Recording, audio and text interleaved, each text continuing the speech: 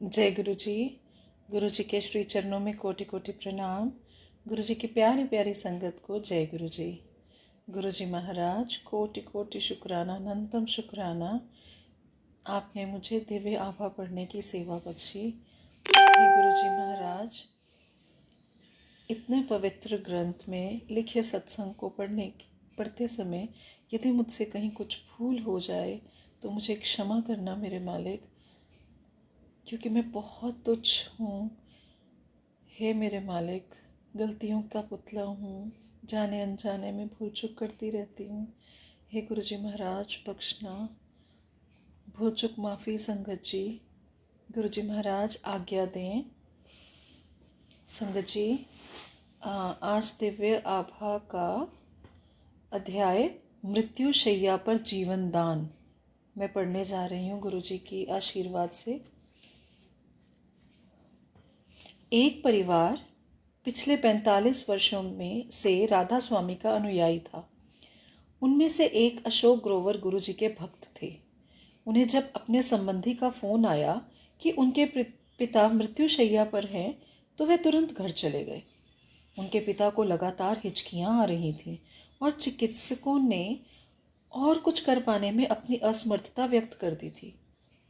अशोक गुरुजी को पूरे मार्ग पर याद करते हुए उनको दिल्ली के अपोलो चिकित्सालय ले गए और उनको गहन सेवा केंद्र में प्रविष्ट किया गया।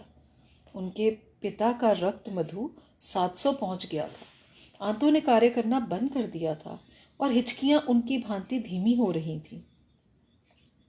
चिकित्सकों ने आशा छोड़कर उन्हें घर ले जाने का परामर्श दिया। उसी समय अशोक को आभास हुआ कि अब उनके पिता स्वस्थ हैं और चिंता करने की कोई आवश्यकता नहीं। अशोक को एक आवश्यक कार्य से जाना था, अतः वे गुरुजी की आज्ञानुसार बिना किसी सेवक के अपने पिता को चिकित्सालय में छोड़कर चले गए। अगले 2 दिन अशोक अति व्यस्त रहे और उन्हें चिकित्सालय से संपर्क करने का भी समय नहीं मिला। जब वे वापस आए तो उन्होंने अपने पिता को रोते हुए देखा।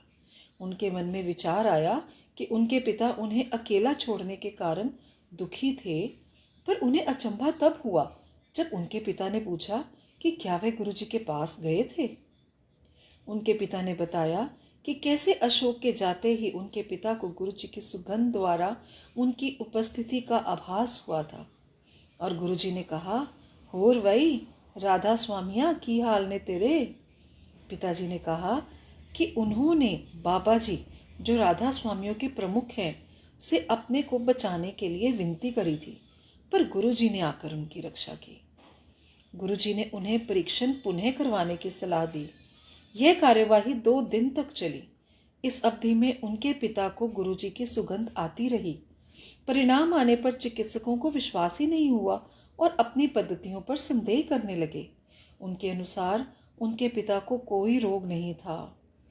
उन्होंने एक इंसुलिन इंजेक्शन की सलाह दी, पर अशोक के पिता ने मना करते हुए कहा कि अब उन्हें औषधियों पर विश्वास नहीं रहा और अब सबसे बड़े चिकित्सक गुरुजी के परामर्श से ही उपचार करवाएंगे।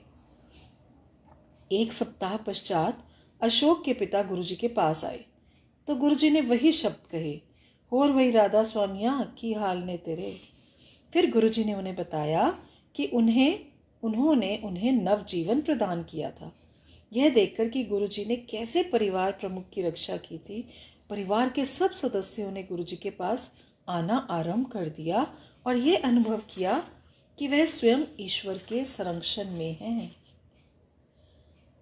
भक्त के उद्योग की रक्षा।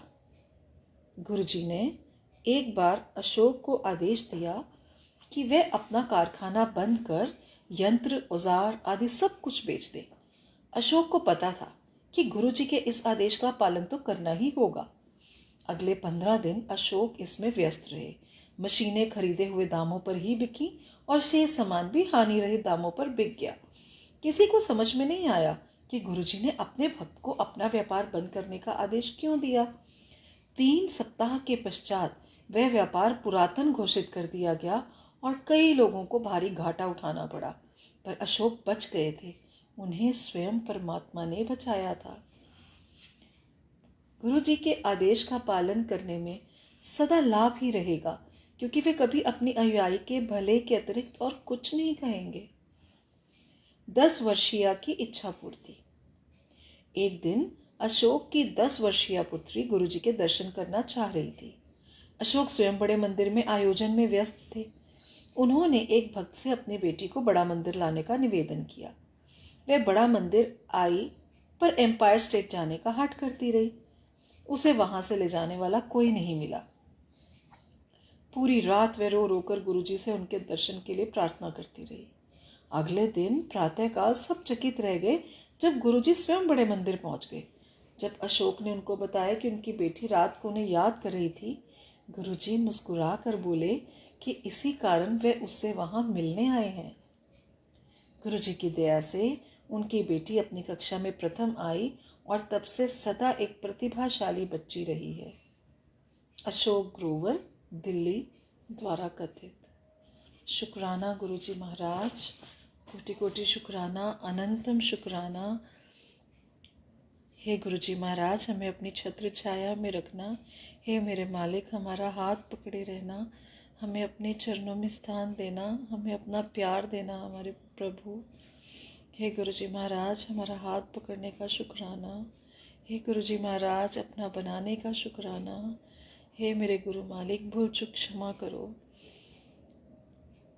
हम तो भुलनहार हैं प्रभु, आप बख्शनहार हो। असी चंगे माड़े तेरे, गुरु जी सानू बख्शो। असी कीते पाप बथेरे, गुरु जी सानू बख्शो। शुक्राना शुक्राना शुक्राना मेरे प्रभु।